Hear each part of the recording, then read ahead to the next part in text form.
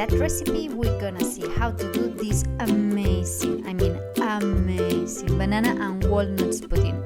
It's way much better than a normal pudding. It has this nutty flavor, this buttery texture, crunchy from the base. Welcome to Agile Cooking! Today the recipe is full of interesting facts. I hope you like them. Si quieres seguir la receta en español, activa los subtítulos y pongo los comentarios en español también. Starting by the cookies base is 200 grams of flour, 100 grams of sugar, 1 egg, a pinch of salt, just a little bit, not much, and 150 of butter. We put everything in a bowl and we mix it with the fingers.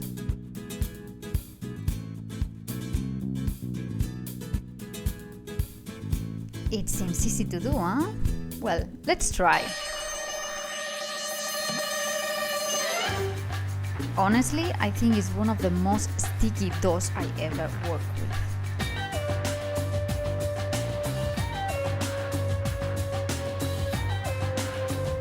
Once we have the dough under control, we need to wrap it in cling film and put it in the fridge, around 20-30 minutes.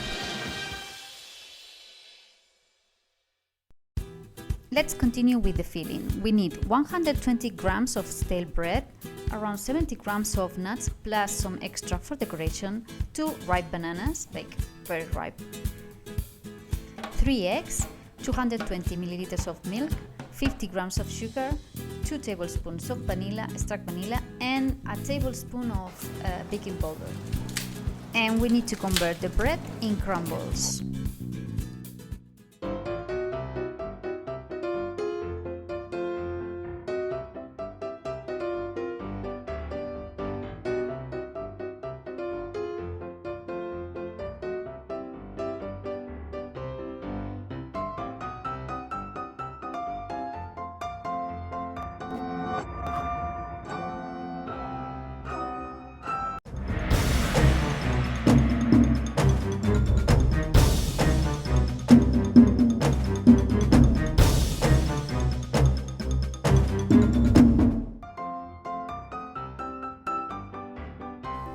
Good, finally done. After that arduous task of crumbling the bread, now relaxing time, mixing the milk with the baking powder and the vanilla with the crumbles so they can soak well the flavors.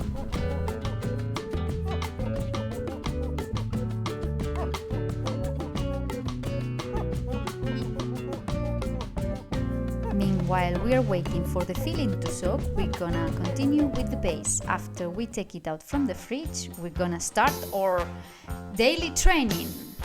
Come on, you can do it! You need to hit that dough firmly. Remove all those wrinkles.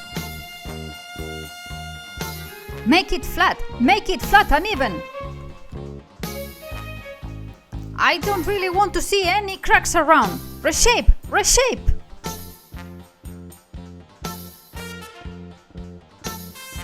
Flat and even. It needs to arrive to 3 millimeters. It's our mission. You can do it. I trust in you.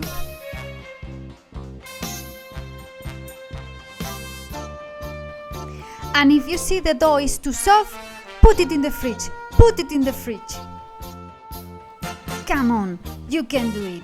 It's almost done. Last movements and good job. You have it.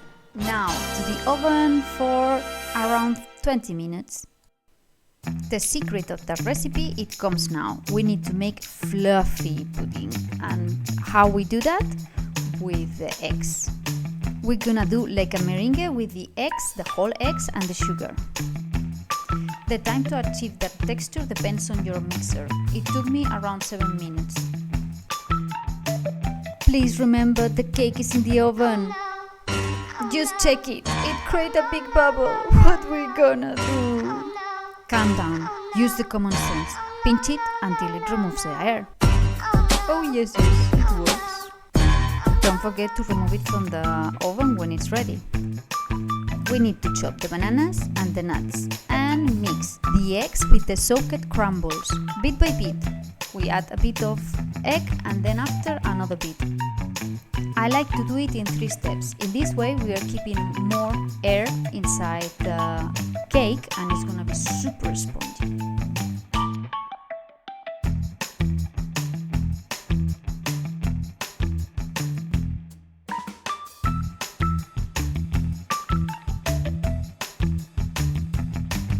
Time for adding the chopped nuts and the chopped banana. Don't forget to leave some for decoration. That's optional if you want. And once it's everything mixed, we put it in our tartelette. Our tartelette is not very high, but it's delicious. So at the end, the taste is more important.